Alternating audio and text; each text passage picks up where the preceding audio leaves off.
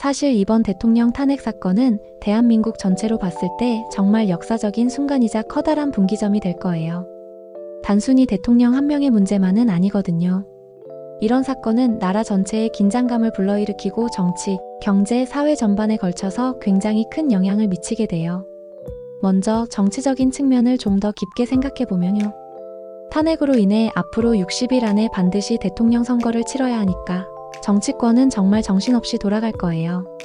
일단 지금 야당인 더불어민주당이 선거에서 유리한 위치에 있다고 보는 시각이 많아요. 이재명 대표가 지난번 대선에서 윤석열 전 대통령에게 아쉽게 졌었잖아요. 근데 지금 상황이 완전히 달라졌죠.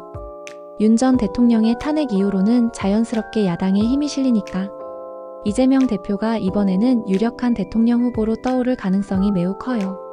그런데 한편으로는 이재명 대표가 가지고 있는 법적 이슈나 정치적 리스크도 있긴 있어요.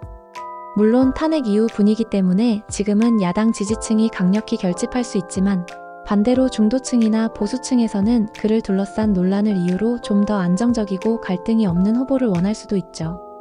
그래서 이 부분이 변수가 될 수도 있어요. 반대로 여당인 국민의힘은 지금 상황이 많이 어려운 게 사실이에요.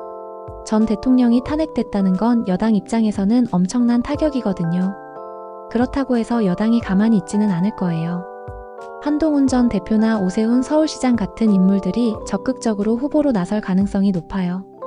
특히 한동훈 전 대표는 윤석열 대통령의 비상계엄 선포를 공개적으로 반대하면서 중도층이나 젊은 유권자에게 어느 정도 호감을 얻었고 소신 있는 이미지를 구축했기 때문에 의외로 표를 끌어모을 수도 있죠. 그리고 오세훈 시장 같은 경우는 안보나 경제적인 문제에서 강력한 메시지를 전달해서 보수층을 다시 결집시키려고 노력할 거예요.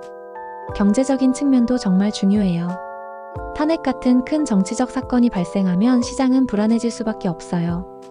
투자자들이 일단 긴장하고 지켜보게 될 거고 당분간은 주식시장이나 외환시장도 불안정한 모습을 보일 수 있을 거예요.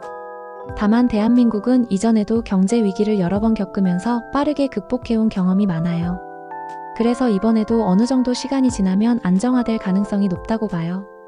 오히려 장기적으로는 이번 사건을 계기로 정부의 정책이 좀 더 투명하고 안정적인 방향으로 갈 수 있는 기회가 될 수도 있겠죠. 마지막으로 사회적인 부분도 매우 중요해요. 이번 대통령 탄핵 사건은 대한민국 국민들에게 정치적 참여가 얼마나 중요한지를 다시 한번 강력하게 각인시켜준 사건이거든요.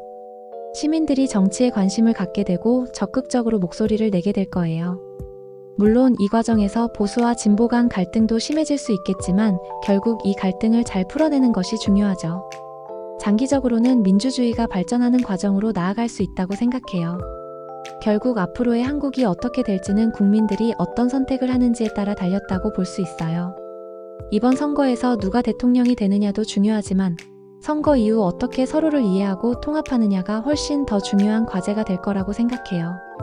대한민국은 충분히 이 위기를 극복할 수 있는 나라이고 지금까지 그래왔듯이 결국 더 나은 방향으로 나아갈 수 있을 거라고 저는 믿어요.